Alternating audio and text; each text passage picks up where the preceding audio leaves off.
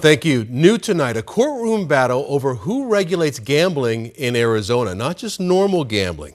The world's largest online prediction market is a company called Kalshi. It says it doesn't have to follow Arizona laws. All right. Well, 12 News journalist Bram Resnick tells us the stakes are really high for taxpayers, consumers, and the fast-growing sports betting industry. Bram? Yeah, Mark, Kalshi might be best known right now for taking so-called Iran war bets on whether that nation's leader would be out by a certain date.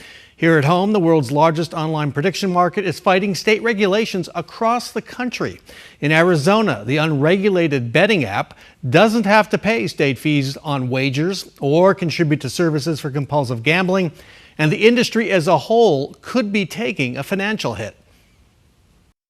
Kalshi offers bets on virtually any prediction. Sports, will the Arizona Wildcats win the NCAA tournament? Politics, which party takes the governor's race?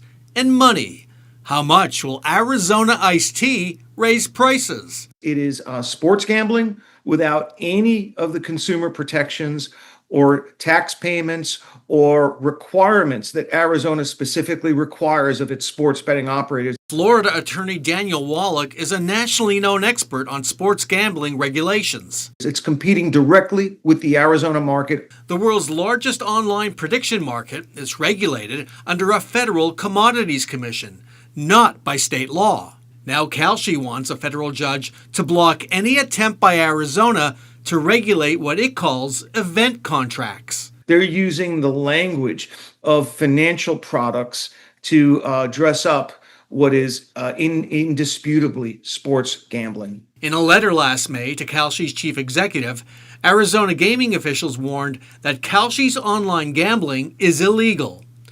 Based on that letter and other evidence, Kalshi's lawsuit says it believes Arizona will imminently bring an enforcement action. Kalshi wanted to secure a federal court forum in order to prevent any future state law enforcement. The Arizona lawsuit is one of almost 36 actions around the country. Daniel Wallach says the U.S. Supreme Court will ultimately have to settle the issue. The Trump appointee who oversees the prediction markets has said he'll come out with new regulations soon. Worth noting that President Trump's oldest son, Donald Trump Jr., has a financial stake in one of the leading prediction markets. Mark, Troy? Bram, can you explain how this is different than, say, if you have a DraftKings or a Caesars app loaded on your phone?